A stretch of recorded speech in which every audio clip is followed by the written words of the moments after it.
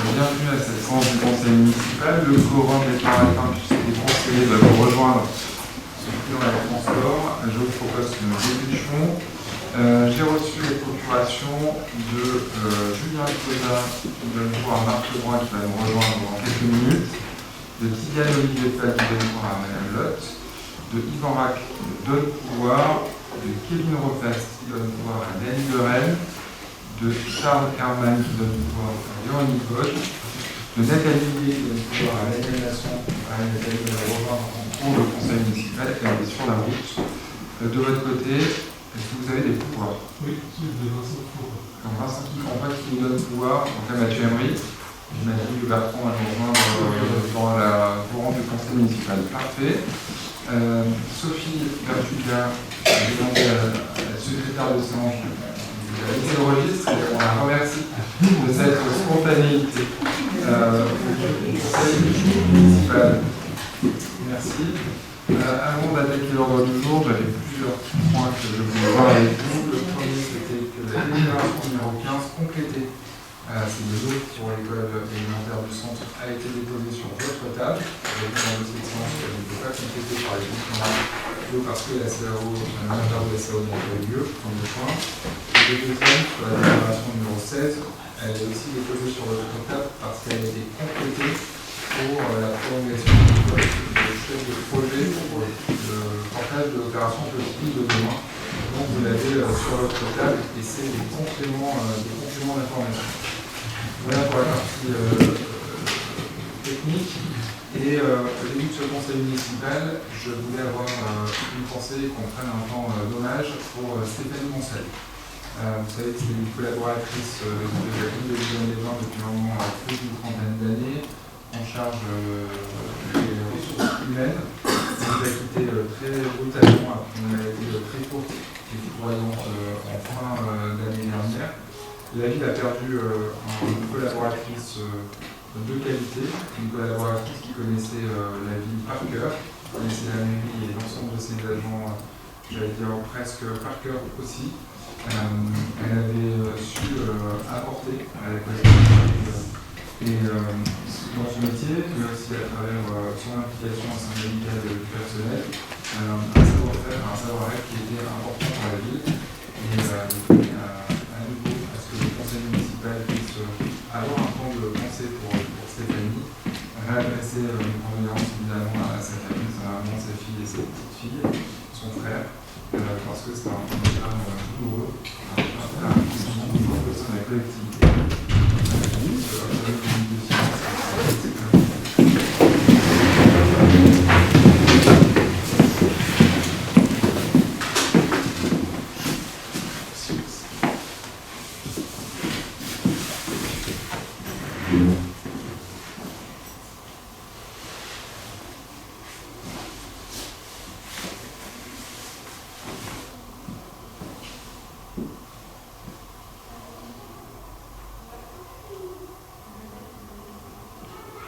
Je vous remercie. Je vous propose lors du jour de ce conseil municipal de commencer d'abord en commençant l'approbation du procès verbal. Est-ce qu'il y a des remarques sur le procès verbal et autre bien logistique? Pensez à allumer vos boîtiers, parce que je crois que cela n'a pas été fait, donc c'est le bouton qui est sur le côté du boîtier.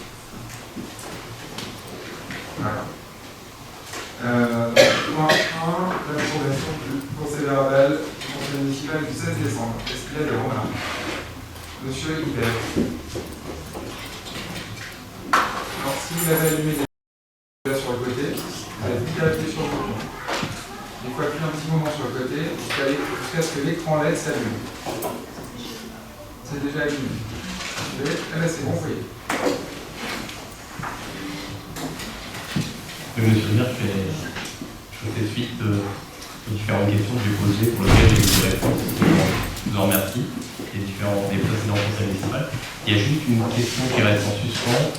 C'était par rapport à l'ISDI. Où est-ce qu'on en était par rapport au remplissage de l'ISDI, de Jancy?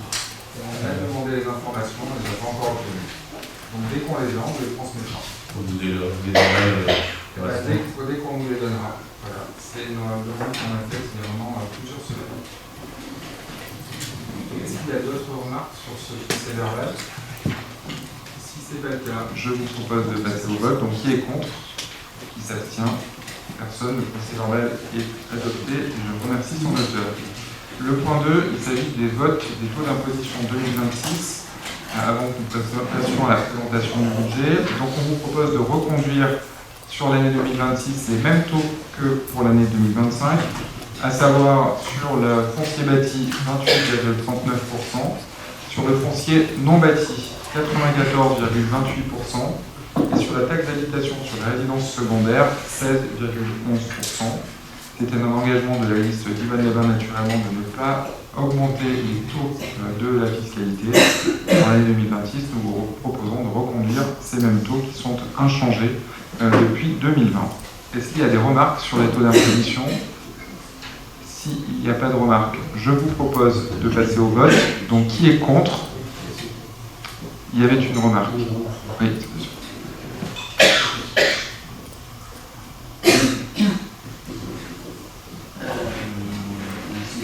Bonsoir à tous. On avait une proposition à faire sur ce point. C'est une forme de totem de dire on ne va pas toucher au taux d'imposition. En réalité, vous le savez, on a modifié avec la majoration sur les résidences secondaires, on a modifié l'imposition notamment des résidences secondaires. Ce qu'on souhaitait proposer, c'était que le taux, la taxe d'habitation sur les résidences, le taux correspondant à la taxe d'habitation sur les résidences secondaires puisse évoluer. Dans l'idée de ce qu'on a fait favoriser la fluidité du logement sur la commune.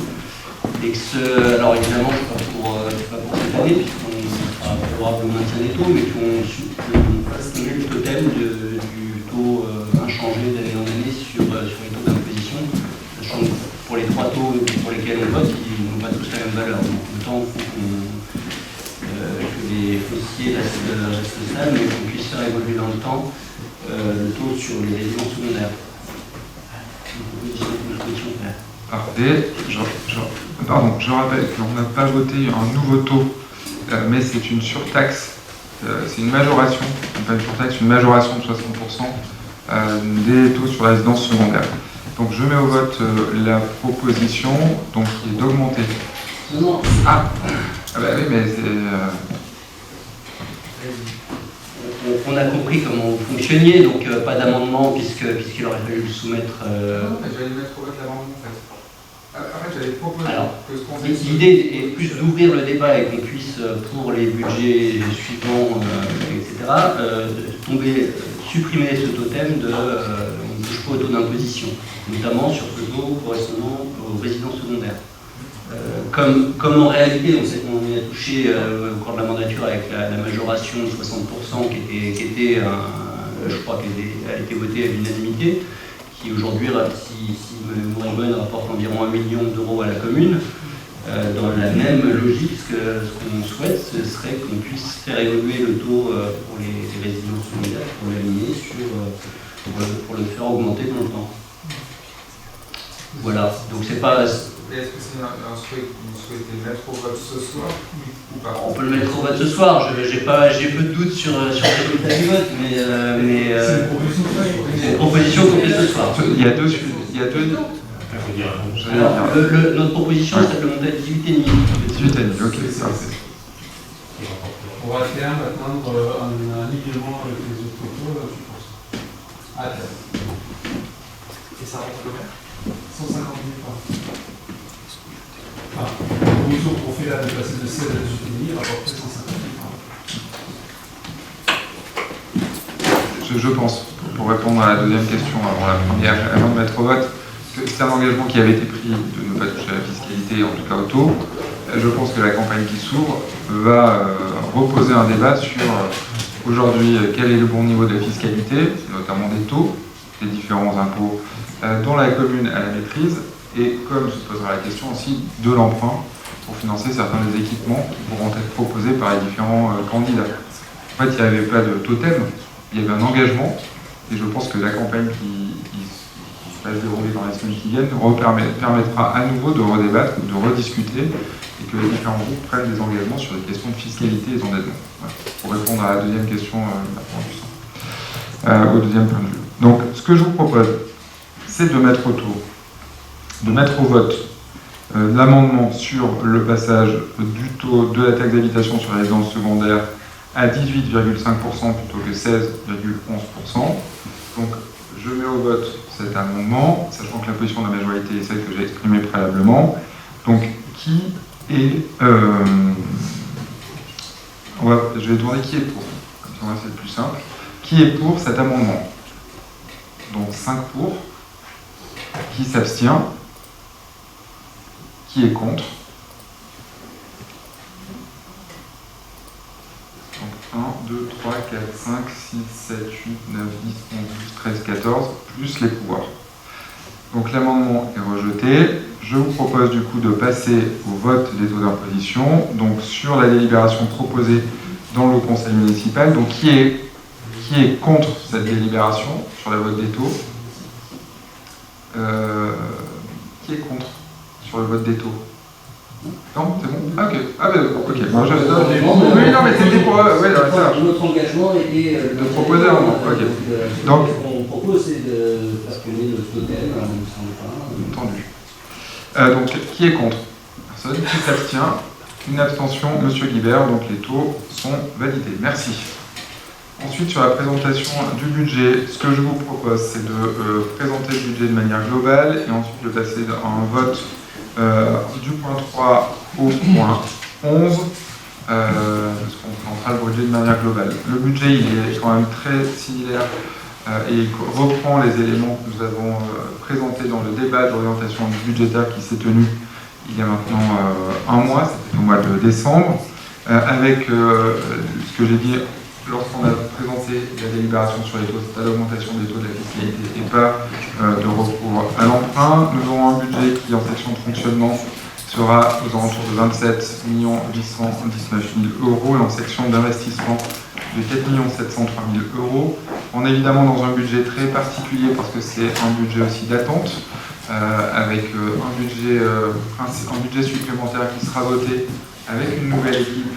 Cette nouvelle équipe fera des choix qu'elle souhaite pour ce nouveau budget supplémentaire, avec des reports aussi dans des opérations qui sont déjà lancées. Sur les dépenses de fonctionnement, le montant est à peu près sur les dépenses de gestion courante à 24,5 millions d'euros, répartis en globalement 3 blocs, 8 240 000 euros sur les charges à caractère général, sur les fluides 1 million entre l'électricité et les combustibles, l'alimentation scolaire aux alentours de 350 000 euros, qui correspond à une augmentation parce que le prix des matières premières augmente aussi pour la cantine, une année entière sur le transport à la demande, la délégation de services publics pour le centre de loisirs et le périscolaire pour à peu près 1 200 000 euros, un montant sur l'entretien du lac et une enveloppe voirie à hauteur de 700 000 euros en partie fonctionnement, l'autre partie en investissement, je vous en parlerai tout à l'heure en investissement. Sur le deuxième poste important, c'est le poste sur ce qu'on appelle le 012, donc les charges de personnel, pour un montant de 9 184 000 euros, qui augmente, et notamment qui intègre 100% des postes qui ont été validés au conseil municipal dans les conseils municipaux de l'année 2025, et qui correspond aussi à une augmentation de 3 points de la contribution employeur de la Caisse nationale de retraite des salariés de la collectivité locale, la CNRACL, et c'est l'augmentation qu'on aura également, que la collectivité aura également l'année prochaine. Et nous avons également une participation au budget annexe d'à peu près 2 889 000 euros. Et enfin, le DILICO, le système de prêt des collectivités à l'État, qui est reconduit pour l'année 2026, pour un montant de 487 700 euros. L'année dernière, elle était de 373 000 euros, qui portera pour l'année 2026 à peu près à 2 millions d'euros la contribution de la ville à l'État, à la fois à travers le DILICO, à travers le FTIC et à travers le FNGIR pour l'année 2026. En dépenses de fonctionnement, on a également l'ensemble des subventions qui sont attribuées par secteur, 170 000 euros pour les sports associations, quasiment 150 000 euros pour le scolaire, avec notamment une part à 118 000 euros pour le LOGEC, 29 250 euros pour l'action sociale, 109 555 euros pour le culturel, 15 800 € pour la partie transition écologique, 471 000 € pour l'office de tourisme et enfin 280 000 € pour le CCS. Le budget du CCS, cette subvention est en augmentation car les demandes sociales sont aujourd'hui plus importantes que l'année dernière. Nous arrivons du coup en dépenses de fonctionnement à pouvoir financer environ 1 403 000 € sur l'investissement qui nous permet déjà de cibler quelques actions sur le budget. You're almost done. Click the down button at the top right. Click the download in the top right. Une mauvaise manipulation, c'est pas grave, on arrête. Sur les recettes de fonctionnement, nous sommes à peu près 27 900 000 €. Globalement, 20 800 000 € de fiscalité, répartis à 12,58, 12 680 000 sur les contributions directes. Donc même si les taux n'augmentent pas, on a une augmentation de la fiscalité directe avec l'augmentation des bases du montant de l'inflation. Un produit qu'on a estimé à 5 900 000 €, une taxe de séjour à 370 000 € qui est reversée à l'office de tourisme et des populations à 1 400 000 € qui se maintiennent pour l'année 2026. À notre surprise, parce qu'on pensait avoir une chute au regard de la crise du marché immobilier. En recette de fonctionnement, on a également les redevances de services qui comprennent principalement les redevances du scolaire et du périscolaire et l'occupation du domaine public, pour environ 1 250 000 €. La compensation financière genevoise que nous avons estimée à 3 300 000 €, identique à celle versée en 2025. Nous ajusterons ces données si nous avons une évolution, notamment sur le taux de change et sur le nombre de frontaliers dans le courant de l'année. Nous avons ensuite, pour la partie investissement, pour le fonctionnement sur la partie investissement, 1 944 000 € pour les opérations financières et principalement le remboursement de la dette, quasiment 900 000 € sur l'acquisition de matériel, de logiciels et d'installations, avec notamment du matériel roulant, de l'outillage technique pour la voirie, du matériel pour les aménagements du patrimoine bâti, le changement de la téléphonie et le renouvellement de l'informatique. Nous avons 300 000 € sur les bâtiments communaux qui comprennent en partie un montant à 150 000 € pour le déplacement du transformateur qui est situé dans le bâtiment de la mairie pour pouvoir démolir ce bâtiment. Évidemment, cette dépense est à la charge de la collectivité. 153 000 € de divers, dont 40 000 € d'acquisition d'une œuvre de Catalano pour compléter l'œuvre que nous avons achetée l'année dernière. 50 000 € de compléments sur le budget dédié à la budget publique, implanté à Impair, et des travaux à la fois de redynamisation du canal de Martin et des travaux pour l'aménagement de la grande source, du budget qui était prévu initialement. 300 000 € sont prévus également sur le budget Grand Lac, sur ce budget primitif. 280 000 €, parce qu'on a appelé le réseau, c'est principalement l'enfouissement de réseau sur le chemin du Clé et l'acquisition de nouvelles caméras de vidéoprotection, pour à peu près 200 000 €, et de nouvelles caméras VISIA de lutte contre les dépôts sauvages autour des laboratoires volontaires notamment. Nous avons envoyé une mobilité 754 150 €. C'est 700 000 € qui sont dédiés à la mobilité. Je rappelle que l'engagement, c'est une enveloppe de 1,2 million. Jusqu'à présent, l'enveloppe était 400 000 € d'investissement et 800 000 € de fonctionnement. En fait, le fonctionnement n'était pas totalement consommé, donc on a réparti différemment. Le fonctionnement était à 700 000 et la base était à 500 000 d'investissement pour la voirie. Et cette année, on a ajouté 200 000 € supplémentaires sur la voirie pour notamment réaliser et lancer des projets spécifiques. Notamment, ça sera le réaménagement autour du temple qui sera engagé. Et puis, nous avons des annuités et du foncier, des annuités EPF et du foncier à hauteur de 104 000 €, ce qui porte la dépense d'investissement pour le budget primitif à un montant de 4 703 835 € avec des recettes équivalentes. notamment sur le virement de la section de fonctionnement, sur les amortissements, sur les parties de subvention et sur les recettes, évidemment, de police.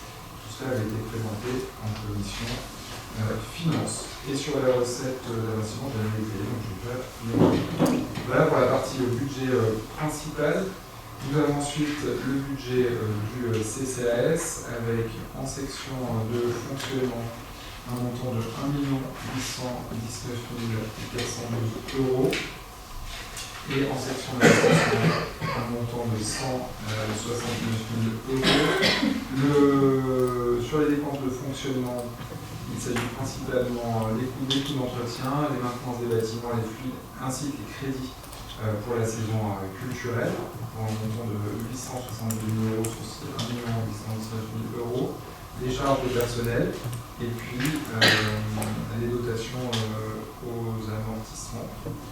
Et sur les dépenses d'investissement, il s'agit des travaux d'équipement du bâtiment, notamment la création d'une bulle pour la billetterie, pour que la personne qui s'occupe de la billetterie ne soit plus dans les commandaires, de matériel pour le fonctionnement de la salle et de matériel également de téléphonie.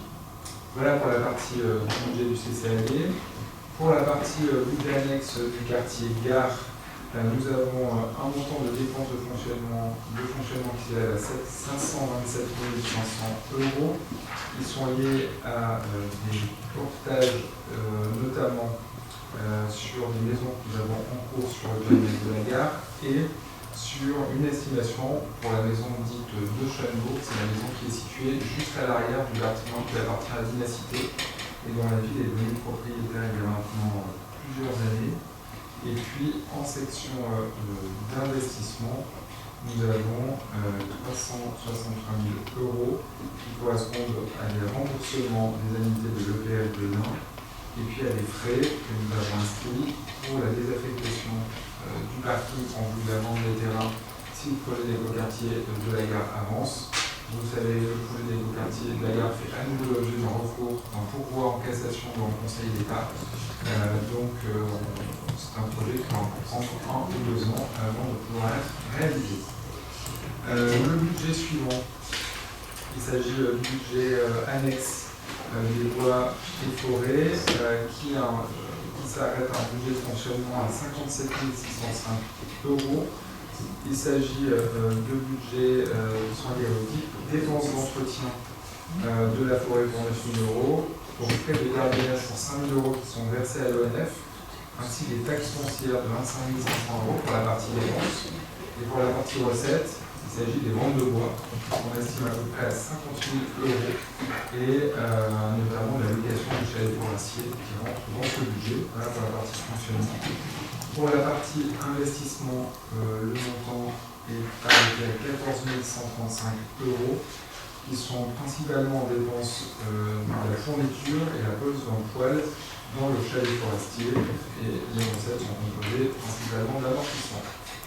Sur le budget suivant, qui est le budget de et concessions, en dépenses de fonctionnement, le montant est d'à peu près 91 000 €, principalement des crédits d'entretien de bâtiments, les dépenses et les taxes foncières, et le reversement de 55 000 € au budget principal. En recettes, il s'agit des produits de service, donc de la refacturation des postes de charges liés aux locaux qui sont loués et des produits de location de la poste, du camping et du immeuble. Sur les dépenses d'investissement, nous sommes à hauteur de 23 700 €, qui correspond à des petits dépenses d'investissement. Le budget suivant, il s'agit du budget activité de loisirs équestres du golf et du hippodrome.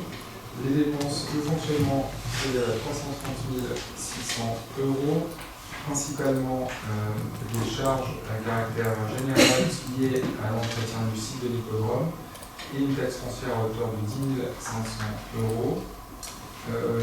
Les recettes, principalement les recettes du centre équestre et du golf de la société PPHD et de la société des courses qui nous verse une partie du produit. Et en recette d'investissement, nous sommes à 67 000 euros pour les travaux d'amélioration du site qui sont plutôt au budget. Le budget suivant, il s'agit du budget piscine plage d'un montant en fonctionnement de 1 195 100 euros qui correspond à l'entretien du site, au marché d'exploitation du centre nautique ainsi qu'aux taxes foncières.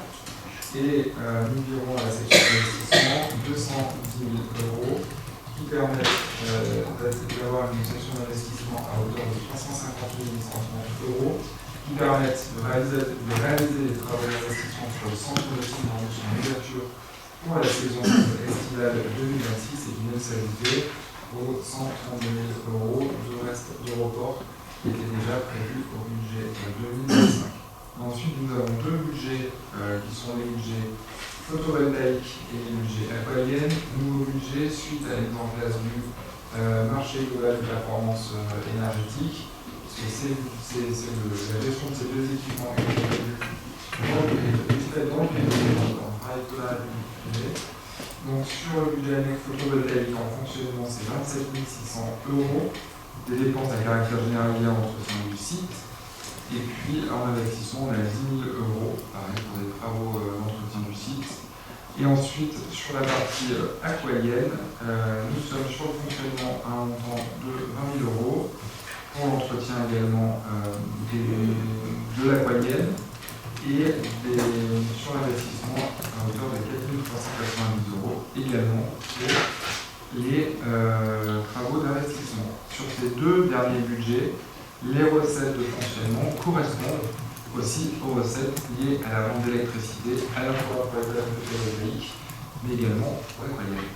Voilà pour la présentation du budget. Évidemment, la présentation a été beaucoup plus détaillée et des questions ont pu être posées en commission finance. Et je laisse évidemment la parole à ceux qui souhaitent intervenir. Qui débute? Monsieur Guibert.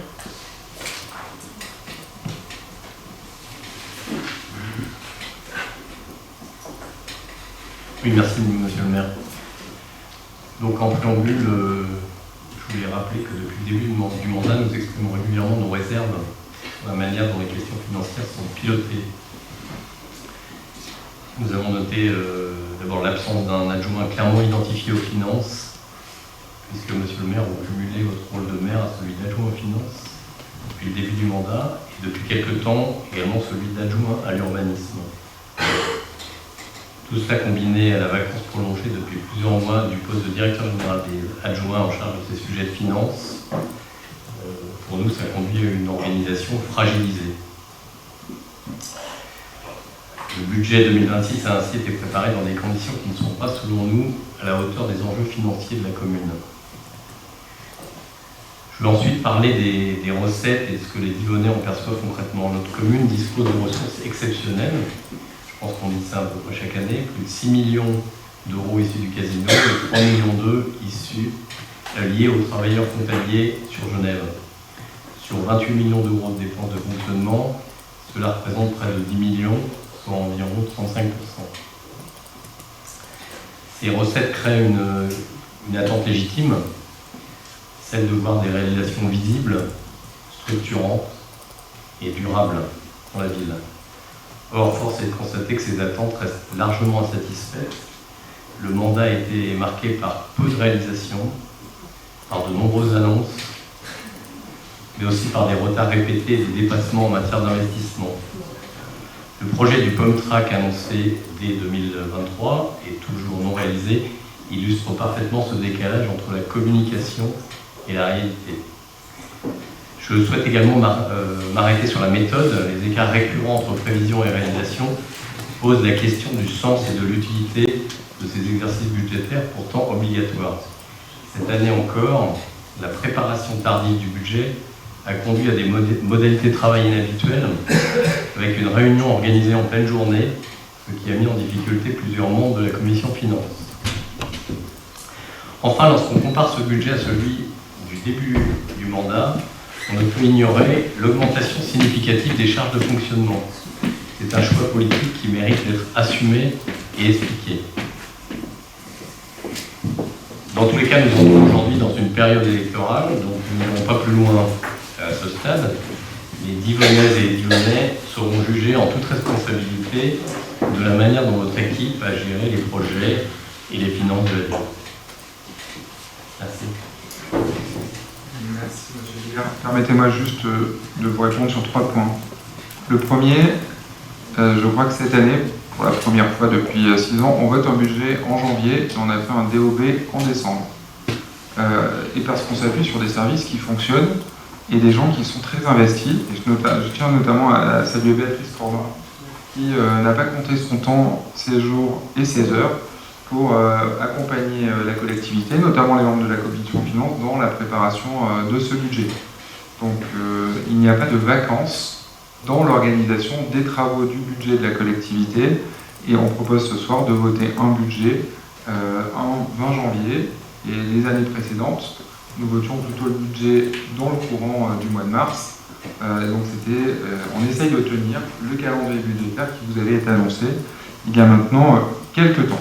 Donc je tiens vraiment à le dire, et je tiens du coup à remercier évidemment Béatrice Corbin et l'ensemble de ses équipes pour le travail qui a été fourni.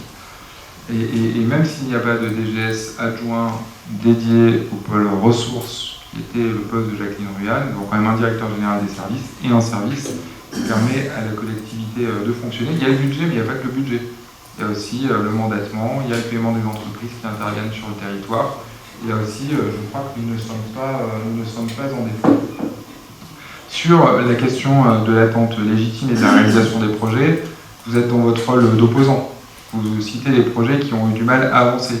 Si vous aviez été honnête, vous auriez pu citer que la collectivité avait quand même réaménagé le haut de la Grande Rue, que nous nous étions engagés dans un travail de transformation de notre éclairage public en 100% LED, ce qui nous permet aujourd'hui de réaliser plus de 60% d'économies sur la consommation de l'éclairage public. Et je pourrais vous citer d'autres exemples, comme les vélos en libre-service, comme plein d'autres sujets, mais on n'est pas là pour faire un bilan.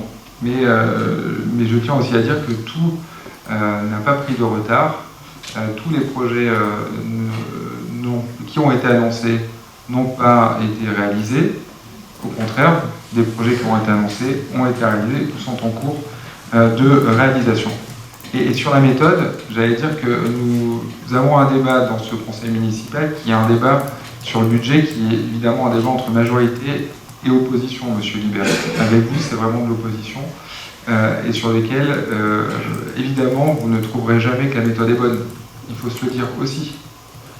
Et donc aujourd'hui, on essaye de partager, en tout cas c'est la consigne que j'ai donnée au service, de partager de l'information, de pouvoir permettre à ce que chaque conseiller municipal soit pleinement informé des actions qui sont prévues dans le cadre du budget, de manière à ce que vous puissiez le voter en pleine connaissance. Vous aviez évoqué, pour reprendre certains de vos propos il y a maintenant quelques budgets, vos inquiétudes par rapport au budget du CCAS. Et notamment, vous nous aviez indiqué à plusieurs reprises que la commune n'avait pas d'attention sur les politiques sociales que la ville pouvait mener, notamment à travers les actions du CCAS. Vous voyez qu'aujourd'hui, on ajuste notre budget du CCAS parce que nos besoins sont, ou estimés, ont été plus importants en 2025 et on les estime encore plus importants en 2026. Donc c'est un budget qui répond aussi à des réalités locales, mais quand nous avons des réalités locales qui sont quantifiables et mesurables, et ce n'est pas des budgets, en tout cas nous ne construisons pas notre budget pour faire des annonces ou des coups d'éclat, mais des budgets qui permettent de répondre dans la mise en œuvre de nos politiques publiques à l'ensemble des actions que porte la collectivité. Et je terminerai en disant que dans un budget, on parle souvent des grands projets, mais il y a quand même 80% du budget, et notamment dans le budget de fonctionnement, qui permet à la ville de fonctionner tous les jours, qui permet aux restaurants scolaires de délivrer 1000 repas par jour en période scolaire, qui permet à l'éclairage public de fonctionner, qui permet à nos services d'espace vert de planter et de végétaliser la ville, à nos équipes de pouvoir acheter du matériel pour pouvoir entretenir les espaces publics, qui permet de pouvoir illuminer en période de Noël, etc., etc.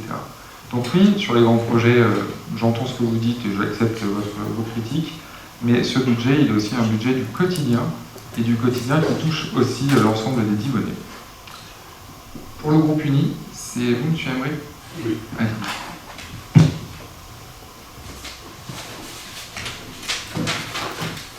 Alors, beaucoup de points qui font écho à ceux d'Amaury, donc je ne peux pas les reprendre forcément, et puis ceux qu'on avait déjà la dernière fois. Je voudrais effectivement commencer par des remerciements pour Béatrice, parce qu'effectivement, même si la commission à midi, c'est vraiment pratique pour personne, la préparation a été appréciée et on sait que c'est beaucoup de travail. C'est un budget un peu particulier qu'on vote ce jour, puisque c'est un budget on va dire, de transition, probablement, autre chose. En tout cas, un budget d'année d'élection, donc un budget allégé. Ce qu'on peut remarquer dans les grandes lignes, c'est déjà les dépenses de fonctionnement qui sont toujours un très gros poste. On en a parlé tout à l'heure, c'est effectivement le quotidien. Ce qu'on peut remarquer dans ce budget, c'est que concrètement, malgré des politiques d'éclairage, 100% LED, etc., malheureusement, jusqu'à présent, on ne voit pas trop d'impact des économies réalisées, donc c'est assez à 100%. Sur la grosse masse, finalement, il n'y a pas d'impact visible. L'autre point qu'on voit, c'est les charges du personnel qui augmentent de façon importante. On sait pourquoi, puisque c'est lié à des augmentations de salaire qui étaient prévues, on sait qu'il y a plus de postes. On sait aussi que c'est souvent un budget qui est sur la régie, parce qu'en réalité, les postes ne sont pas pourvus. Donc bon, c'est un commentaire qu'on fait d'année en année, c'est vrai qu'on espère tous, j'imagine que les postes soient tous pourvus, qu'on puisse avoir une mairie qui travaille avec 100% de ses effectifs. Mais voilà, c'est toujours un delta qu'on observe entre le théorique et le réel, et qui semble se perpétuer. En termes d'investissement, on revient sur une dimension qui est importante pour nous aussi, c'est comment on arrive à investir dans nos bâtiments notamment, pour faire en sorte que les investissements aient une sorte de retour sur investissement, un rendement qui permette notamment de faire plus d'économies sur le fonctionnement. Donc, comment les investissements permettent de réduire à terme les dépenses de fonctionnement. Ce n'est pas quelque chose qu'on observe aujourd'hui. L'énergie dans l'appareil solaire, c'est un exemple. Mais en tout cas, c'est quelque chose qui, pour le futur, nous semble toujours devrait être une priorité pour qu'on puisse améliorer nos dépenses par rapport aux investissements qu'on fait. Voirie est un gros poste. Vous avez annoncé 1 million par an. C'est un engagement qui semble se réitérer d'année en année. On sait qu'on a toujours la problématique de dépenser l'argent qu'on a de dépenser. Donc on a à peu près maintenant sur la mandature qui a à peu près 1 an de retard entre guillemets sur les dépenses. C'est un an qui s'est accumulé au fur et à mesure du temps. Donc on aimerait que l'argent soit dépensé, que les travaux soient réalisés. Donc malgré le retard qui a été pris, on aimerait aussi que la nature des travaux soit reconsidérée. Aujourd'hui, on a à peu près un tiers des investissements qui est fait sur les travaux d'amélioration, qui est considéré comme de l'investissement, et 2 tiers sur du fonctionnement. Le fonctionnement étant juste une remise en état, comme c'était avant, l'investissement plus dans une logique d'amélioration. Donc là, pareil, la question c'est quel devrait être le bon ratio, et est-ce qu'on ne devrait pas, quand on parle de voirie, aussi réfléchir à plus d'investissement et un peu moins de fonctionnement. D'autres paramètres à prendre en compte étant aussi l'argent que l'on dépense en tant que commune, cet argent aussi qui est dépensé au niveau départemental, puisque c'est une voirie qui sont dans le plan aussi du département, donc on n'a pas forcément la visibilité sur ces 2 proportions, et ça pourrait être une analyse intéressante. Et le gros manque qui nous semble sur la voirie, c'est vraiment le manque de visibilité pluriannuelle. C'est quelque chose qu'on a évoqué plusieurs fois dans les précédentes années. Le manque de visibilité sur plusieurs années et le manque de connexion directe avec, par exemple, le plan de mobilité douce.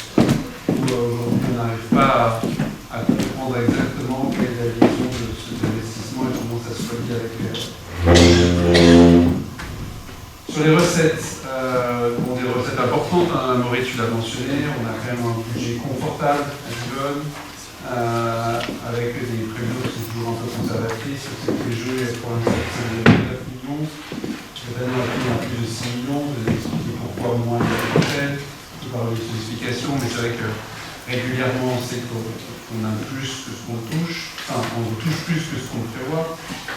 Il y a la fiscalité, on vient d'en parler. Donc au-delà de la fiscalité et du taux, dont on vient de faire une proposition sur le taux des résidences secondaires, notre proposition aujourd'hui, et on continue de faire des propositions même jusqu'à la fin, ce serait de flécher l'investissement le gain des 1 million de taxes sur les résidences secondaires. Aujourd'hui, on a 1 million qui rentre chaque année en plus.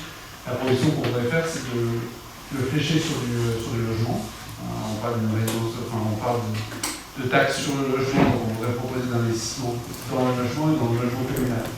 Si on gagne chaque année 1 million de plus, notre proposition, c'est d'investir chaque année dans à peu près 3 logements de plus sur la commune, ce qui ferait que sur une mandature, on gagnerait à peu près une vingtaine de logements pour nos employés communaux, ce qui serait non seulement un service qu'on leur rendrait, nous permettrait une attractivité supplémentaire des emplois à la mairie, mais permettrait aussi de constituer du patrimoine pour les autres. Donc voilà, proposition sur le fléchage de cette taxe de résidence secondaire. Le dernier point, c'est sur les investissements et les budgets spécifiques. On va commencer par le lac, donc 300 000 € sur le lac. Bon, je ne reviens pas sur le manque de partage et de discussion sur le lac.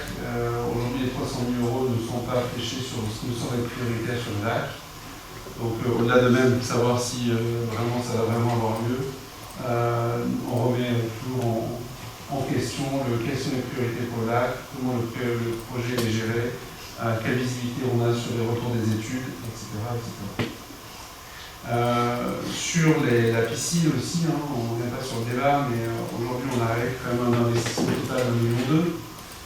Donc on continue de prendre cette piscine avec beaucoup de perfusion et pas un vrai projet de rénovation ou même un projet d'extension comme on l'a porté. Donc on ne peut que répéter le fait qu'il faut vraiment s'occuper sérieusement de cette piscine, avoir un vrai projet de long terme pour cette piscine avec un vrai projet d'investissement et pas juste de rénovation annuelle qui est forcément inefficace, que ce soit financier mais aussi au niveau écologique, environnemental, sur les établissements de chaleur, etc. L'hippodrome, 300 000 € à nouveau aussi. Donc pareil, on a fêté cette année sur son compte d'hippodrome. Toujours pas de visibilité sur l'investissement, sur qu'est-ce qu'on veut faire de titre à terme, comment on va entretenir un bâtiment qui on sait devient complètement désuet et sans vraiment vraie vocation finalement à jouer un rôle dans que ce soit notre ambition touristique ou événementielle. La rénovation des bâtiments, qui est un autre point d'investissement, on voit apparaître que 150 000 €, une somme très faible par rapport à ce qu'on pourrait faire. Donc forcément des bonnes raisons, mais qui ne sont pas recevables, assez stable. Et un autre point sur le photovoltaïque, donc oui, c'est maintenant un budget à part entière, donc c'est bien de voir la visibilité qu'on a. Donc, quand on voit les montants 10 cas d'investissement, on peut se dire qu'on n'a pas vraiment de stratégie, en tout cas on n'en fait pas une priorité, et c'est quelque chose qu'on pourrait déplorer. Le dernier point, c'est sur le budget du CCAD. Aujourd'hui, 1,3 million d'euros, donc un gros budget. Un budget qui est porté par les programmations qu'on a tous à cœur de saluer, puisqu'elle remplit les salles, donc c'est bien. C'est pas forcément quelque chose qui est reflété, en tout cas dans le profil financier du CCAD. On n'a pas l'impression que justement la meilleure fréquentation soit visible financièrement. Donc ça pourrait être aussi une discussion. Pourquoi, alors que les salades se remplissent, on n'arrive pas à générer plus de chiffres, en tout cas peut-être en meilleure ressources ici.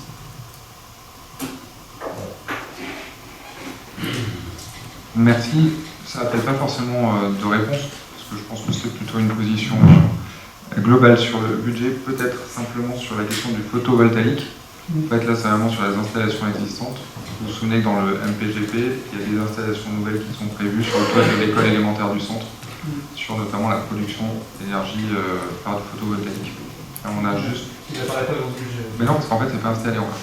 Mais une fois que ça sera installé, c'est dans le MPGP. c'est dans le MPGP. Donc il y en a pour 500 plaques ou 500 000 € d'installation photovoltaïque en cours qui vont débuter cette année.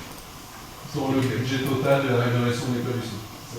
Non, dans le budget MPGP. En fait, il y a deux, parce qu'en fait, c'est le budget de l'éclairage public qui comprend cette tranche-là de mise en place de panneaux photovoltaïques de production d'énergie en fait.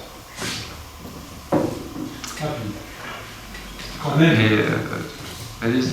Non, pardon, je voulais juste redire, mais je l'ai déjà dit la dernière fois, on ne peut évidemment pas se satisfaire de n'avoir aucune ligne sur les thèmes.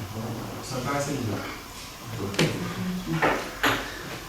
Je ne commenterai pas plus. C'est votre point de vue. Merci pour ces remarques. Je vous propose que l'on passe au vote. Je vous propose, si les votes seront les mêmes, j'imagine. On est contre du coup de 3 à 11. Donc de 3 à 11, on fait un vote groupé. Donc qui est contre? Donc 5 contre. Qui s'abstient? Une abstention. Donc les budgets, donc les points 3 à 11 sont votés. Je vous remercie. Sur le point 12, il s'agit des subventions, de voter les subventions aux associations qui font l'objet d'une convention. C'est ce que nous passons. Chaque année, donc il vous propose de... elles ont été votées au budget 2026 pour un objet de passer une délibération spécifique.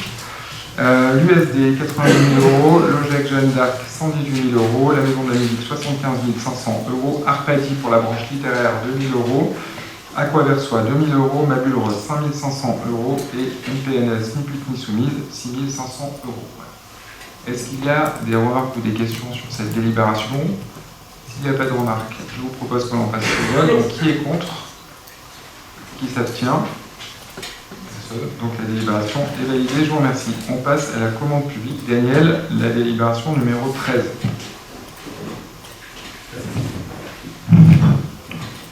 Bonsoir, merci. Il s'agit donc de l'attribution d'un marché de travaux pour la réfection des margelles et des goulottes des bassins sportifs. Donc on parle du bassin de 50 mètres. La commune doit engager les travaux de réfection de la piscine municipale dans l'objectif de rétablir l'intégrité des revêtements, d'assurer l'étanchéité, de renforcer aussi la durabilité des assemblages et d'améliorer l'esthétique générale du bassin. Donc un avis d'appel à concurrence a été envoyé au BAEMP avec mise en ligne du dossier de consultation de l'entreprise sur le profil d'acheteur de la commune. La commission MAPA qui s'est réunie le 16 janvier a décidé d'émettre un avis favorable à l'offre de l'entreprise Bornier SARL, économiquement la plus avantageuse, pour un montant de 84 709 € hors taxe. Je précise que cette estimation de travaux est faite sur la base du constat de l'état de la piscine en décembre, mais il est tout à fait envisageable qu'à la sortie de l'hiver, on ait un peu plus de dégâts. Donc là, peut-être que le Conseil sera appelé à se reprononcer sur ces travaux. Donc il est proposé au Conseil municipal d'attribuer le marché à l'entreprise Bornier SARL pour un montant de 84 709 € hors taxe. Merci Daniel. Est-ce qu'il y a des remarques ou des questions? Monsieur Libert.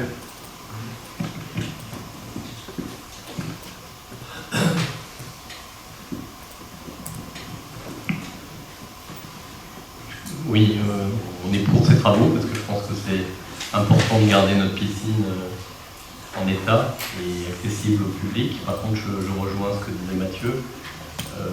On regrette cette politique un petit peu de rustine qui fait qu'on ne sait pas où on va en fait, et vous l'avez dit, Daniel, tu l'as dit.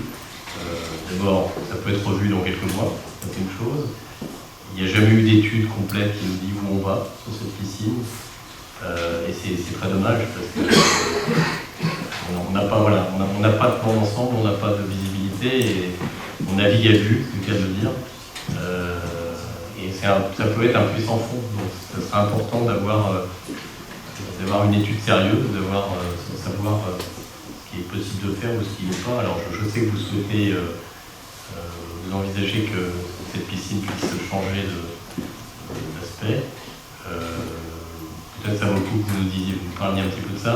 En commission, on en parlait, on disait que peut-être vous envisagiez de réduire la profondeur de la piscine pour faire des économies d'énergie. Peut-être que vous avez l'occasion de nous en parler un petit peu aujourd'hui, je ne sais pas si... C'est pas forcément l'objet de la délibération. Puis je crois qu'on en a déjà parlé quand vous nous avez interrogé. Dans la décision, on a passé un mandat à une société qui accompagne la collectivité pour étudier la rénovation de la piscine actuelle. Vous avez d'autres remarques, M. Guibert, ou pas? Parfait, donc je vous propose qu'on passe au vote. Voilà. Jean-Christophe. J'ai juste une petite question juste pour la gouverne. Ça décide donc que j'ai un peu quitté le côté municipal. Combien a-t-on investi sur les 6 dernières années dans la piscine actuelle en total? Entre 200 et 300 000 par année. On est entre 1,2 million et 1,8 million. Je n'ai pas le chiffre en tête, mais on pourra fournir l'ensemble des dépenses qui ont été réalisées. Et sur les 6 années, sachant qu'il y a des années où on a moins investi. Il y a des années où on a moins investi parce que la piscine est en mode dégradé aussi, notamment au début de l'année Covid. Et à peu près entre 1,2 million, oui. 1,6 million. Sur 2 mandatures, on est à 3-4 millions. Ah non, 1,5 par an. Ah, 1,5 par an? Non, pour être clair, on vient de donner le chiffre. Entre 2020 et aujourd'hui, on a investi 1 128 052 euros hors taxe. Donc investissement sur l'ensemble du mandat. On ne parle pas du fonctionnement. C'est investissement de travaux.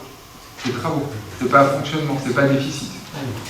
Non, c'est travaux. La question, c'est travaux. Travaux. Ouais, c'est travaux. C'est à peu près ce que je disais, autour d'1,2 million. Et puis, autre question sur, mais là c'est plus des remarques que j'ai eues l'année dernière, au niveau des vestiaires. Apparemment, il y avait apparemment encore un certain nombre de vestiaires été. Apparemment, il n'y avait pas de sport, ça ne fermait pas, etc. Je ne sais pas si ça a été réglé. Alors, on a eu des vestiaires. Je crois que ça a été réglé en cours de saison. En tout cas, la situation de l'année dernière était meilleure que celle d'il y a 2 ans en arrière, justement pour la rénovation des portes et le fait que ça y ait plus de dysfonctionnement ou moins de dysfonctionnement. Et il est possible que pendant la saison estivale, il y ait une ou deux portes qui aient été cassées et qu'on a mis quelques temps à les réparer. Ouais, mais apparemment, c'était vraiment plus qu'une ou deux. Non, mais pas, en tout cas, pas sur la saison dernière. Ça a été refait, ça. Merci. Donc sur cette délibération, est-ce qu'il y a des oppositions? Est-ce qu'il y a des abstentions? Une abstention. Parfait, merci. Donc la délibération est validée. Sur la délibération 14. Oui, il s'agit d'un avenant au marché d'exploitation des installations de chauffage, de production d'eau chaude, de ventilation et de climatisation des bâtiments communaux. Comme vous le savez, la commune a contractualisé un marché public d'exploitation des installations de chauffage, de ventilation, etc. Au niveau des bâtiments communaux, ce marché a été conclu à compter du 1er novembre 2023 jusqu'au 31 janvier 2026 avec la société NJ Solutions. Il est envisagé de prolonger ces prestations par avenant pour la période à compter du 1er février 2026 jusqu'au 30 juin 2026, donc pour une période de 5 mois. Cette prolongation s'effectue aux conditions contractuelles initiales, sans modification de l'objet du marché. L'avenant qui vous est présenté a un caractère transitoire et proportionné et vise à permettre l'organisation d'une procédure de mise en concurrence garantissant une définition précise des besoins et des conditions d'exécution du futur marché.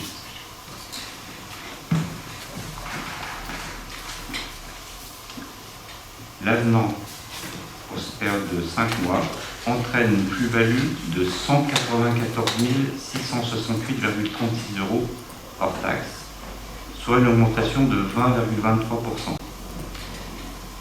Je vous précise que ce coût de 194 000 comprend la fourniture d'énergie, donc le P1 et le P2 et l'entretien des installations. À des questions que j'ai pu avoir hier en commission de travaux, on s'interrogeait sur la fourniture du bois pour les deux installations, c'est bien inclus dans le montant de cet amendement. Et ça concernait l'église et la Villa Roland, qui sont nouvellement le gaz pour l'église et le bois pour la Villa Roland. Donc c'est bien inclus dans ce montant de 194 668 €. Merci. Des questions? Ça a été vu en commission de travaux. Monsieur Augustin.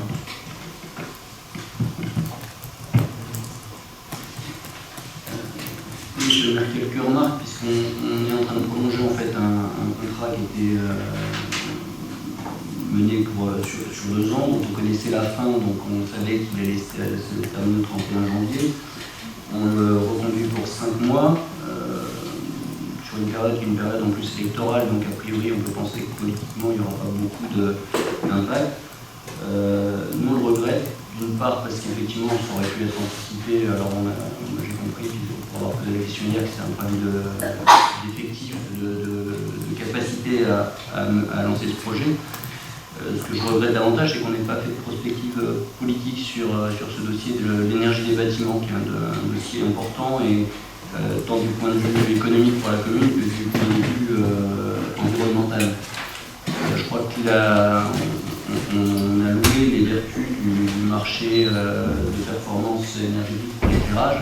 On pourrait sans doute rentrer dans une logique de marché de performance énergétique pour les chauffages, pour ce type de contrat, et j'ai des doutes à croire, voilà, on verra ce que fera la nouvelle équipe, mais qu'entre maintenant et le mois de juin, qui est la fin de cet avenant, on puisse lancer un mandat politique avec une refonte du fonctionnement de ce dossier, qui est aujourd'hui uniquement de l'exploitation, alors qu'on devrait sans doute intégrer une partie de l'investissement pour tenir à jour nos équipements, pour avoir une politique aussi sur le type d'énergie utilisée. On a obtenu, vous avez concédé la mise en place d'une chaudière à granulés à bois pour la Villa Roland. Ce sera un bilan assez maigre sur l'ensemble de la mandature, mais au moins la ligne est là. Et qu'on puisse anticiper, qu'on puisse planifier, qu'on puisse prévoir, ça semblerait important, sachant qu'on parle quand même d'une part de budget important pour la commune, mais aussi d'un impact environnemental qui est conséquent. Donc voilà pourquoi on s'abstiendra sur cette délibération, parce qu'en fait, prolonger de 5 mois, ça n'apportera pas vraiment de réponse aux questions qu'on peut se poser sur l'énergie de nos chauffages. Très bien, merci pour cette explication de vote. Je partage un peu votre constat sur le fait de dire qu'on doit peut-être demain travailler sur un contrat différent, notamment pour améliorer la performance énergétique de nos bâtiments. On passe au vote, donc qui est contre? Vous voulez intervenir? Ah, je vous avais déjà vu.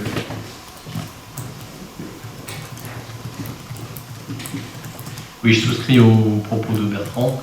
En complément, je regrette que toutes ces installations, ces chauffages dans les bâtiments soient au gaz. C'est vrai que mis à part l'église qui est au fioul, tout est au... Pardon. Mis à part l'église.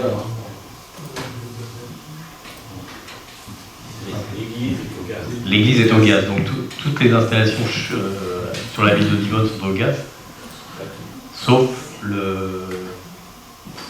la Villa Roland. Voilà. Et l'école d'Armer. Et l'école d'Armer. Donc c'est vrai que c'est dommage qu'on diversifie pas plus les énergies, notamment avec des énergies renouvelables, et qu'on n'ait pas investi là-dessus. Merci M. Guibert. Pour le vote, qui est contre? Qui s'abstient? 5. Parfait. Donc la délibération est adoptée. Le point 15, c'est Véronique. Allez.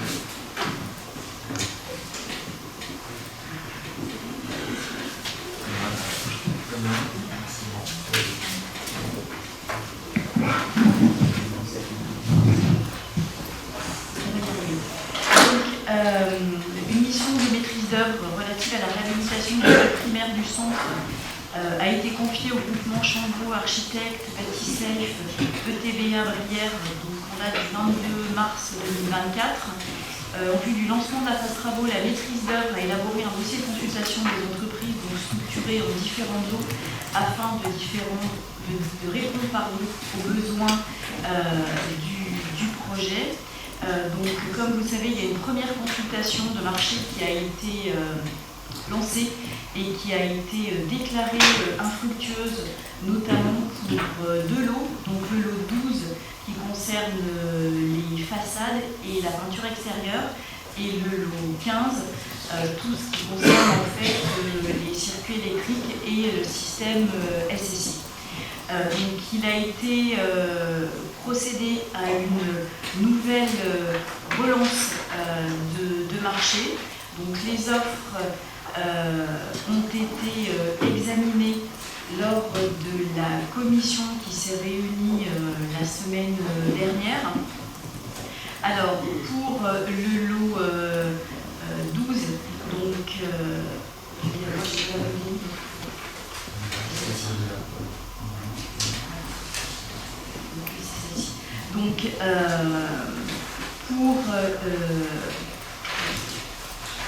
donc pour le lot 12, donc le lot enduit peinture extérieure, donc la société Chanel nous a transmis une offre qui s'élève à 361 000, soit 433 200 € TTC, donc répondant aux caractéristiques de ce lot et aux besoins de la commune, donc suite à l'analyse de l'offre. Et pour le lot 15, donc CFO et CFA et SSI, donc la société STRM, donc nous a transmis une offre qui s'élève à 419 046 €, soit 502 855 TTC, donc répondant là aussi aux caractéristiques de ce lot et aux besoins de la commune, donc suite à l'analyse de l'offre. Donc ces dossiers, comme je vous l'ai dit, ont été vus par la commission MAPA, donc, qui a donné un avis favorable. Donc il vous est proposé de retenir ces deux entreprises, donc, qui permettront ainsi d'avoir tous les lots complets pour les travaux de l'école primaire du centre. Merci Véronique. Des questions, des remarques, Monsieur Augustin.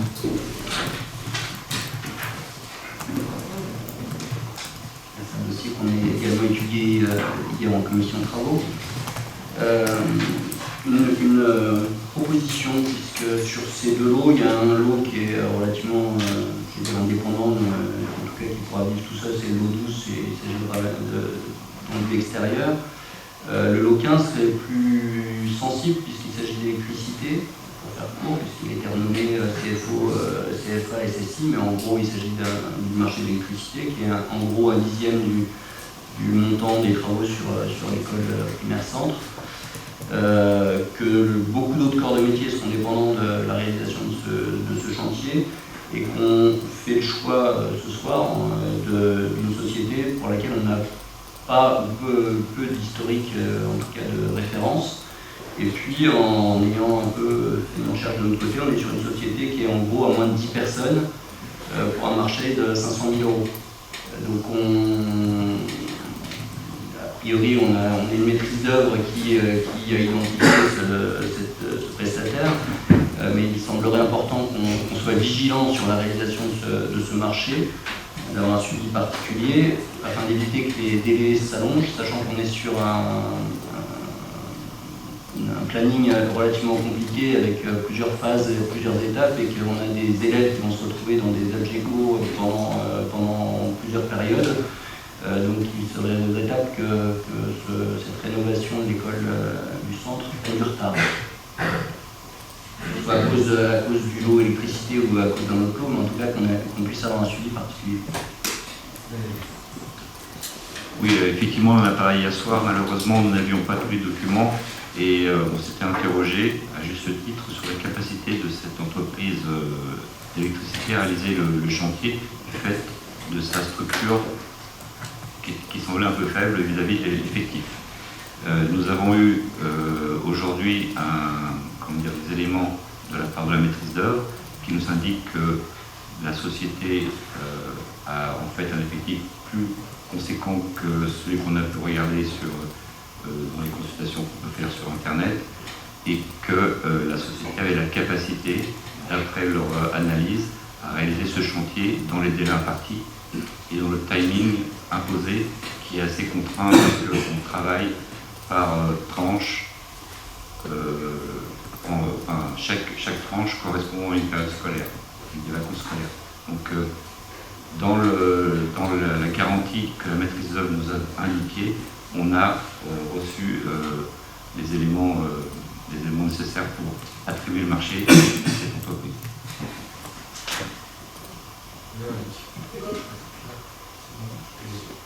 Peut-être pour préciser effectivement, parce que Daniel n'avait pas pu assister à la commission d'appel d'offres, donc ce sont effectivement des éléments que l'on avait demandé à la maîtrise d'œuvre, que l'on a reçus par courrier, donc qui confirme effectivement que l'offre de la société SCRM donc, est techniquement conforme, financièrement cohérente et appuyée donc, par des moyens humains et financiers adaptés, donc, qui permettront de répondre aux exigences du chantier, donc conformément au respect du cahier des charges.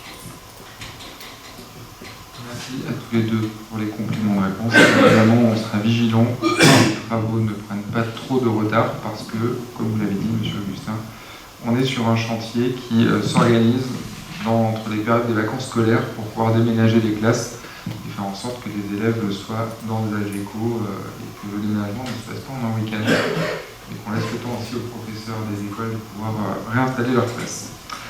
Est-ce qu'il y a d'autres remarques? Si ce n'est pas le cas, je vous propose qu'on passe au vote. Donc qui est contre? Qui s'abstient? Personne. La délibération est adoptée et je vous remercie.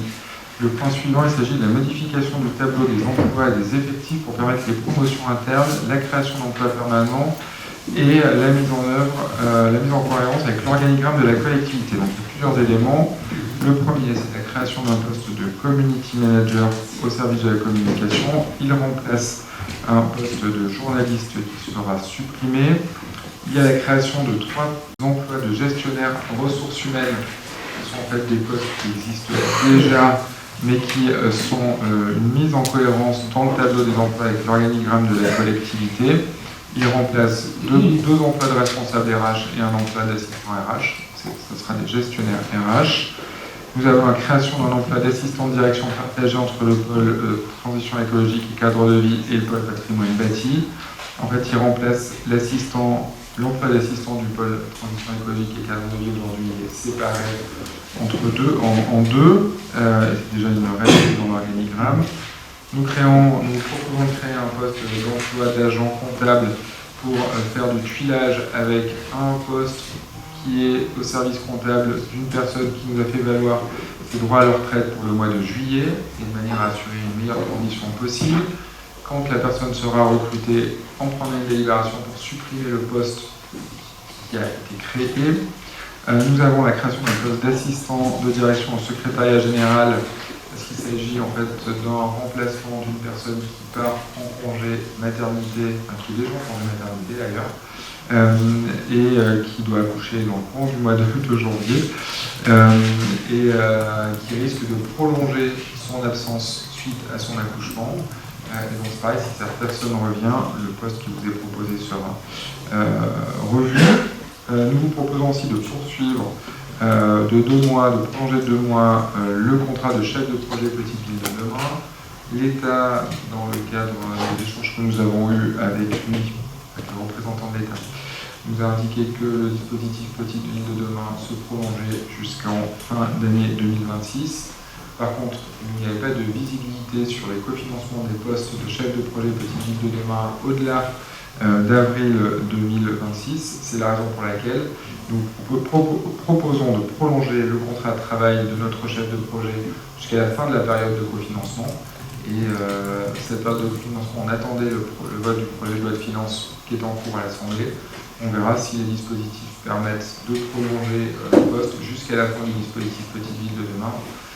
Et jusqu'en décembre prochain, le conseil municipal sera appelé à se prononcer là-dessus.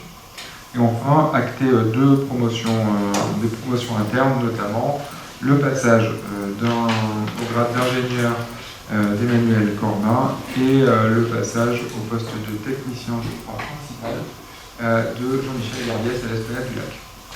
Voilà ce qui est dans cette délibération. Est-ce que ça appelle des remarques? Si ce n'est pas le cas. Ah, allez, allez-y. Qui commence? Monsieur Amri? Allez.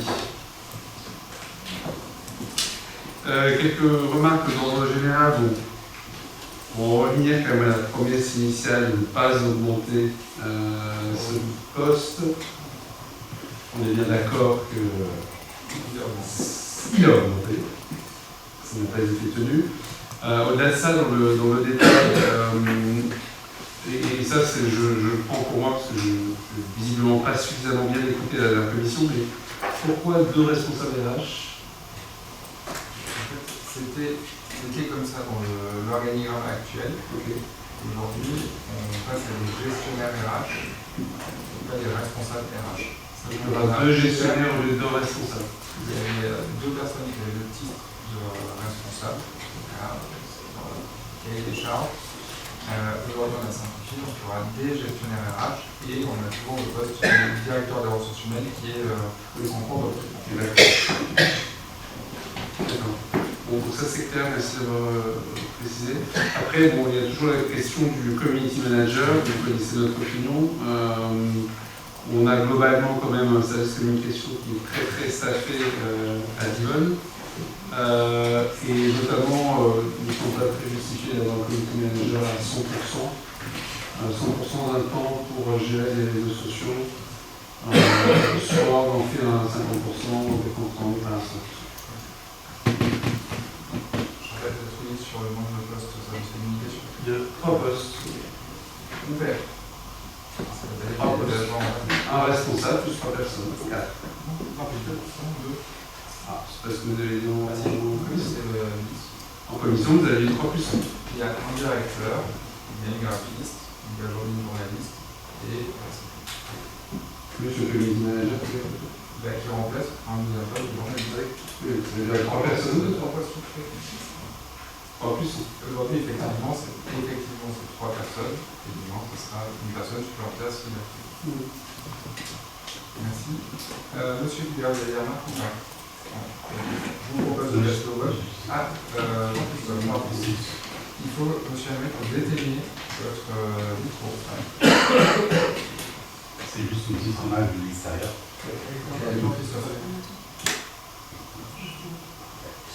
Juste une petite remarque effectivement sur la partie communication.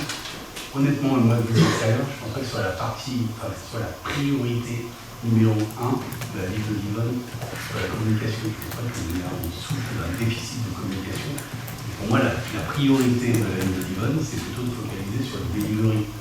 Parce que quand on regarde un petit peu, et je ne vais pas refaire l'inventaire que j'ai fait la dernière fois, ce qui manque aujourd'hui, c'est de délivrer des projets, c'est de délivrer des promesses.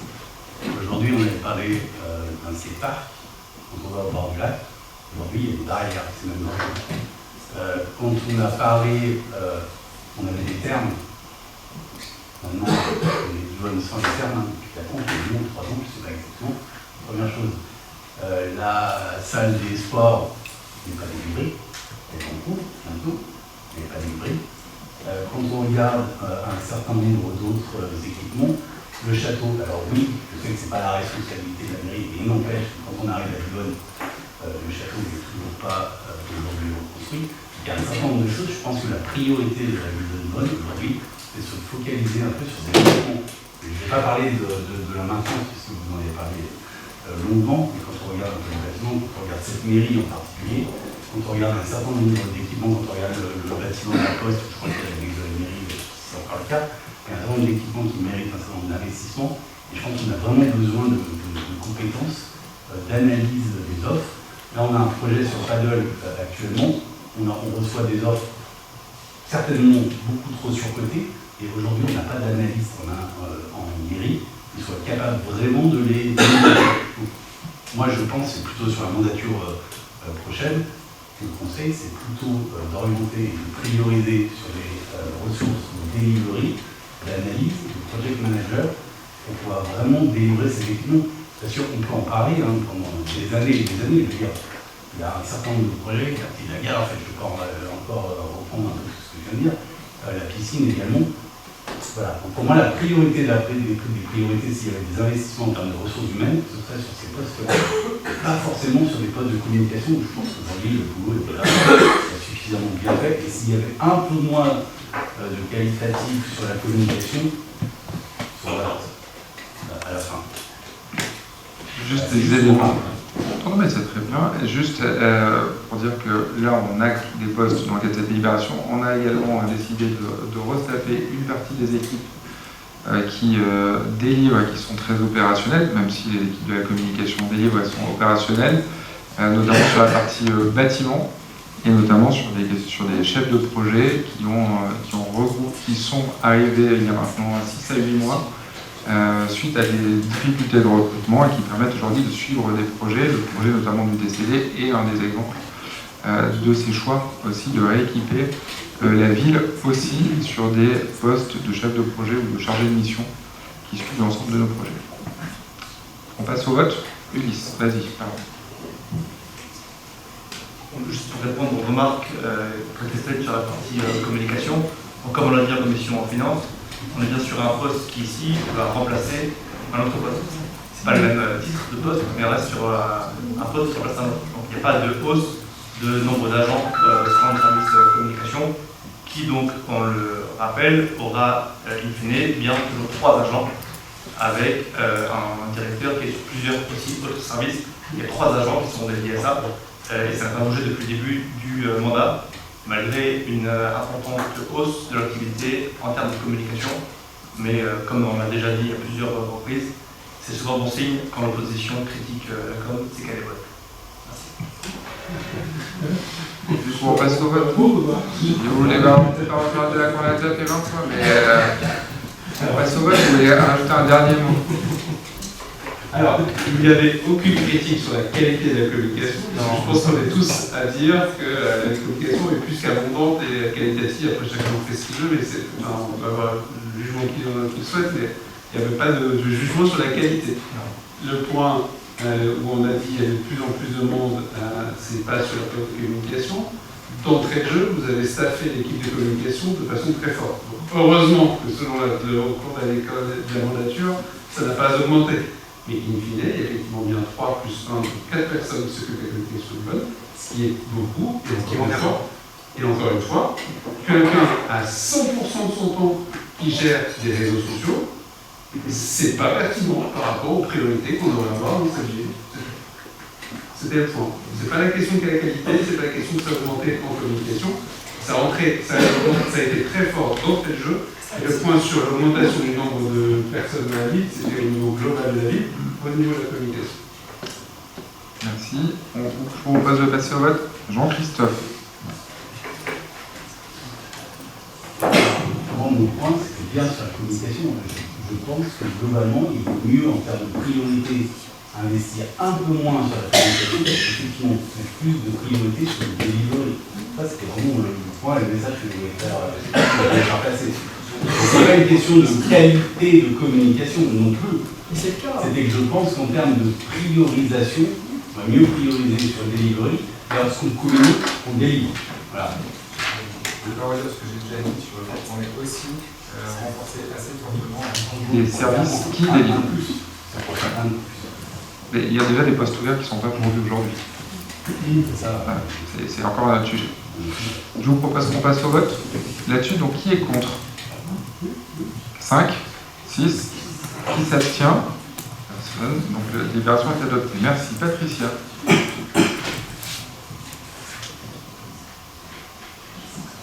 Oui, merci Monsieur le maire. Donc, sujet suivant, c'est la signature d'une convention de gestion en flux avec le bailleur 3F Immobilier Rhône-Alpes. Donc, juste pour un petit point de contexte, je rappelle que la loi Elan, notamment son article 114, a modifié les modalités relatives aux droits de réservation pour les logements. Donc, on est passé d'une gestion qu'on appelle en stock à une gestion en flux de la contingence de réservation, et ceci nécessite une signature d'une convention avec tous les bailleurs qui sont concernés par cette modification.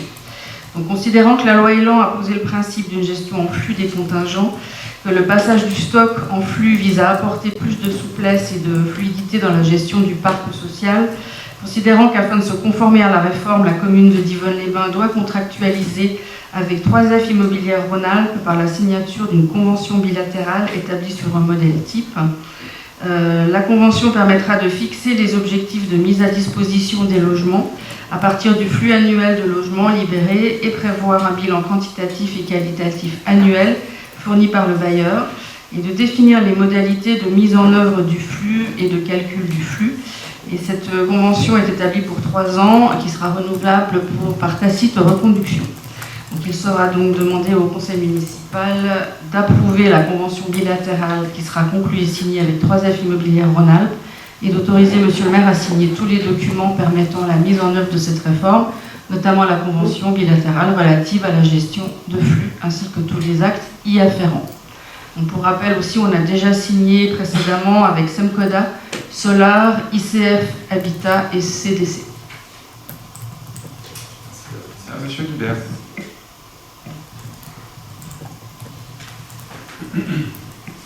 Et est-ce qu'il y a un mécanisme dans les logements, dans ces logements sociaux, pour attribuer des surloyers pour les gens partent en Suisse, pour les inciter à partir? Est-ce qu'il y a des choses prévues dans ces cas-là? C'est-à-dire, je suis pas sûr d'avoir bien compris la question, je suis désolé.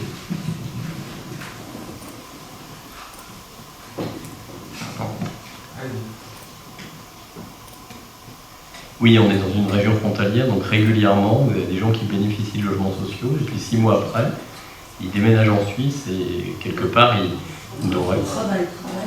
trouvent du travail en Suisse, ils trouvent du travail en Suisse, et du coup, ils n'auraient pas forcément besoin de garder ce logement, ou en tout cas, pas forcément aux mêmes conditions.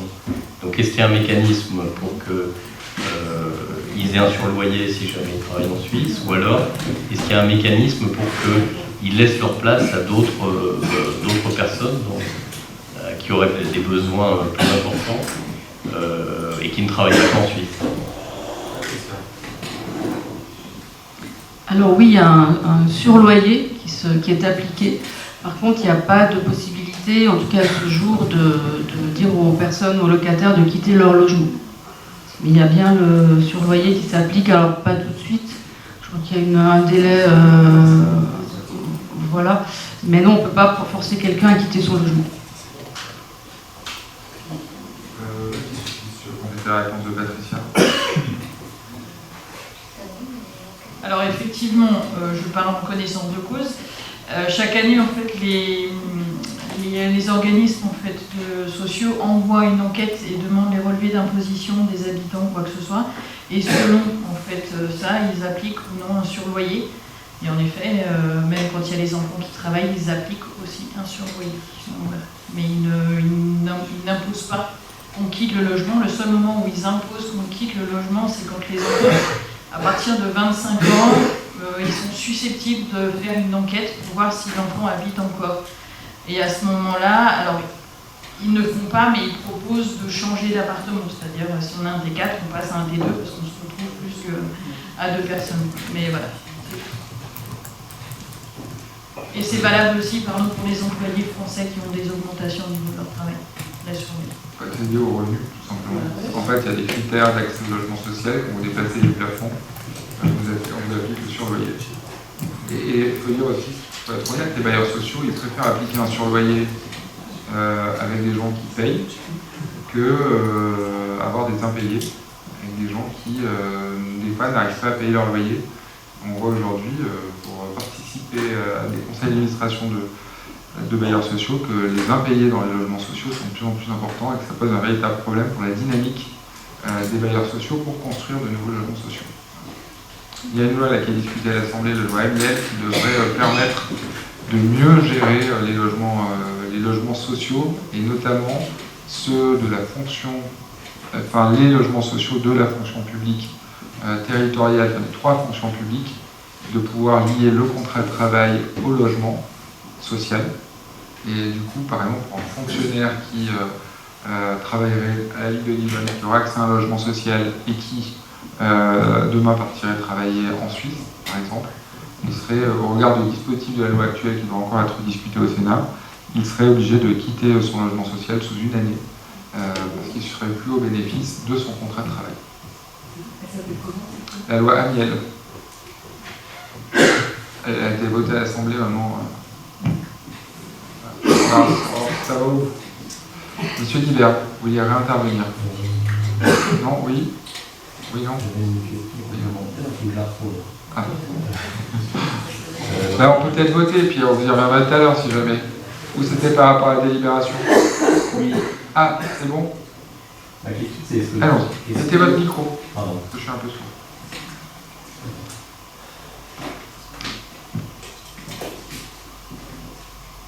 La question c'est, est-ce que les bailleurs sociaux peuvent mettre des critères différents? Par exemple, le fait de travailler au paycheck, est-ce que ça peut être un critère ou pas? Est-ce qu'ils sont libres de fixer leurs critères ou est-ce que c'est des critères imposés? En fait, c'est des critères nationaux. Vous déposez, quand vous faites une demande de logement social, je laisserai Patricia compléter, mais vous vous inscrivez sur une plateforme, vous avez un numéro SIAO, SNE, alors c'est la plateforme SIAO, puis c'est SNE.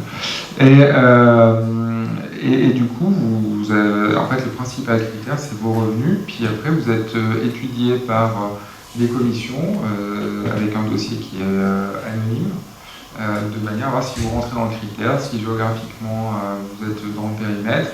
Je rappelle que l'État intervient parce qu'il y a des dispositifs de label prioritaire des logements sociaux. La commune, quand elle participe au financement des logements sociaux, notamment par le cautionnement, elle peut aujourd'hui avoir jusqu'à 10% des logements sociaux qui peuvent être attribués à des dossiers qui émaneraient ou qui seraient poussés par la collectivité. Donc c'est très normé, c'est très réglementé et c'est très national sur la question des critères d'attribution des logements sociaux. J'allais même dire que depuis quelques années, depuis une dizaine d'années, les collectivités perdent de plus en plus la main sur les dossiers qui sont pour être poussés sur les logements sociaux et que ça ne nous permet pas de répondre aux besoins du territoire, en tout cas aux besoins des actifs qui font vivre le territoire, la fonction publique territoriale, mais pas que, les salariés qui sont aujourd'hui dans les commerces, dans les entreprises, au Carrefour Market, pour ne citer que quelques commerces d'Yvonne. Monsieur Guibert, c'est bon pour vous? Ok, on passe au vote. Donc, qui est contre? Qui s'abstient? Merci, la délibération est validée. Patricia, la prochaine.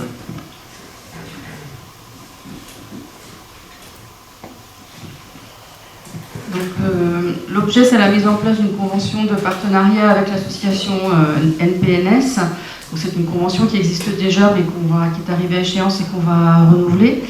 Depuis 2020, la ville se mobilise pour poursuivre son engagement auprès et avec l'association NPNS au travers de différentes actions, notamment sensibiliser et former les acteurs du territoire confrontés aux questions des violences conjugales, sexistes et sexuelles, prévenir et sensibiliser le jeune public des établissements scolaires aux questions qui portent sur le sexisme et les violences.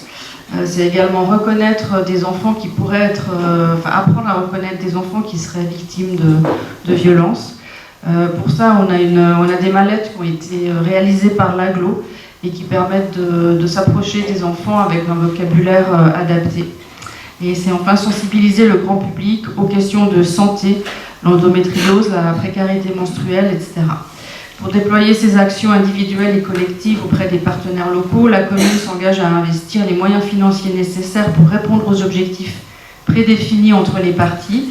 La ville proposera ainsi 2 dispositifs majeurs pour soutenir l'association. Une convention de mise à disposition de locaux au sein de la mairie, qui fera l'objet d'une décision du maire à compter du 1er janvier 2026 jusqu'au 31 décembre 2028, pour l'accueil et l'accompagnement des victimes. Donc ça, c'est un dispositif qui fonctionne assez bien, qui fonctionne de tableau. Et une convention de partenariat qui était annexée à la délibération, qui contribue financièrement pour un montant annuel de 6 500 € à la mise en œuvre des projets prévus annuellement en collaboration avec les services de la ville de Divonne-les-Bains, du 1er janvier 2026 au 31 décembre 2028.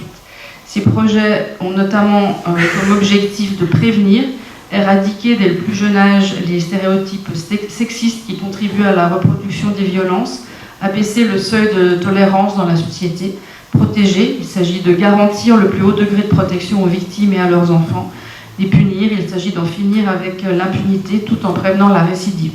Donc pour information, on a eu une discussion l'autre jour, monsieur le maire et la gendarmerie, et la gendarmerie nous a signalé qu'on constatait une forte augmentation des violences intrafamiliales. Et voilà. Donc pour contribuer à l'accomplissement des objectifs, la municipalité et l'association NPNS cibleront notamment les actions de formation auprès de divers publics, des actions de sensibilisation, mais aussi des projets de cohésion et d'animation sociale. Donc, dans ce cadre, il est demandé au conseil municipal d'approuver la convention de partenariat avec l'association NPNS pour les années 2026, 27 et 28 et d'autoriser monsieur le maire à signer la dite convention attachée à la présente délibération. Des questions? Si ce n'est pas le cas, je vous propose qu'on passe au vote. Donc qui est contre? Qui s'abstient? Personne. La délibération est validée. Merci. Le point suivant, il s'agit de l'exercice du droit de préemption de la commune sur des acquisitions de parcelles boisées cadastrées section A numéro 242-246 au secteur Bois de la Baronne. Les parcelles font 6540 m². Elles sont classées aujourd'hui en zone naturelle protégée dans le cadre du PLUIH. Et on a été saisi de cette possibilité d'exercer notre droit de préemption dans une vente qui était en cours, comme tout droit de préemption, et le montant de ces parcelles est d'un montant de 6 540 €. Je ne sais pas s'il y a des questions, des remarques. Évidemment, si on arrive à le bout de la préemption, c'est des parcelles qui seront intégrées à l'ONF. On fera de plus, on en a réintégré certaines lors du dernier conseil municipal. Je suis d'accord. Des questions là-dessus? Pas de questions, donc on passe au vote. Qui est contre? Qui s'abstient? Personne, donc la délibération est validée. Nous arrivons au compte-rendu des décisions prises en vertu de la délégation que vous m'avez conférée. Vous avez, monsieur Guibert, vous nous avez transmis des questions pour les délibérations 546, décisions 546, 548 et 550. Nous vous avons transmis l'ensemble des décisions, vous avez l'ensemble des informations. Je ne sais pas s'il y a d'autres demandes sur ces décisions. Si ce n'est pas le cas, je vais aller aux questions qui nous ont été transmises par M.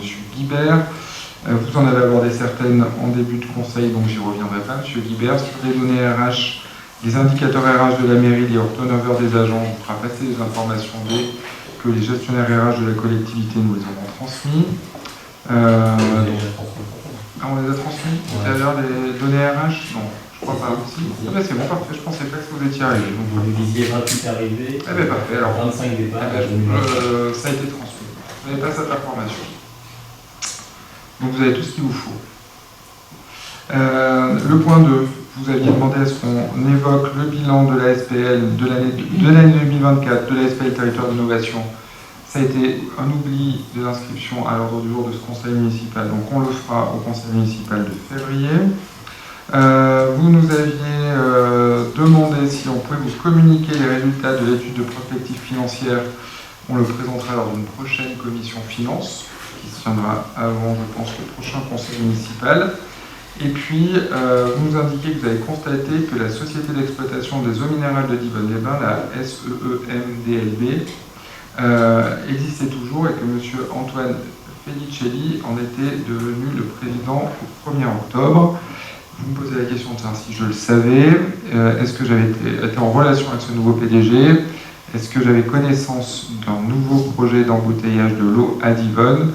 Et dans le cas où la société n'aurait plus de projet concernant Divonne, je trouve un peu incongru le fait qu'elle continue d'arborer le nom de la commune. Qu'en pensez-vous?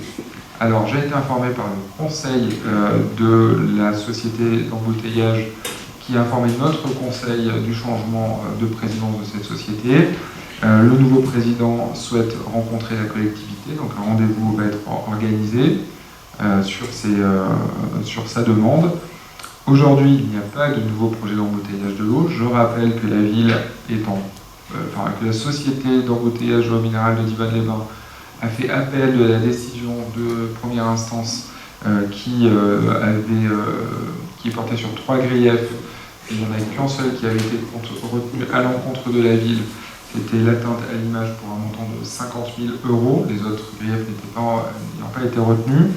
Et nous n'avons pas de projet caché d'embouteillage de l'eau dans nos tiroirs, dans nos discutorions dans les années à venir. Je l'ai toujours dit, il faut d'abord régler le sujet du contentieux actuel et protéger l'eau à travers notamment la DIP, qui n'est pas un mince chantier, avant que les élus qui seront en place au moment où ce sera possible décident de porter un nouveau projet avec une ressource importante de la ville qui est l'eau minérale. Et donc aujourd'hui, il est compliqué de demander à une société qui a été déposée, avec laquelle on a un contentieux, d'enlever dans son nom le nom de la ville de Divonne-les-Bains. Je pense qu'une fois que le jugement de l'appel aura été fait, on pourra travailler sur cet élément-là, et ce sera la demande qui sera faite auprès de ces sociétés. Voilà pour ces questions. Je vous informe que le prochain conseil municipal aura lieu pour traiter les dernières affaires courantes avant le renouvellement des instances le 25 février prochain. Et s'il n'y a pas d'autres points, je vous souhaite une excellente soirée. Merci.